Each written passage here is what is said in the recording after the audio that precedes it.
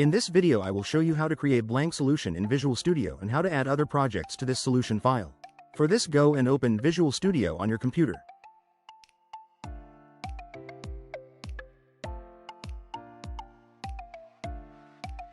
Click on Create a New Project. Under Search field at the top, search for Blank Solution. Then select Blank Solution from the list. Click on Next. After that, give the name to the solution file and click on Create to create a project. You can see Blank Solution is created. Now to create a project inside it, just right-click on Solution. Then select Add a New Project. Here I will create a console app as shown here. I will give Sender as a name and click on Next to create a project. Leave other .NET setting as it is and then click on Create.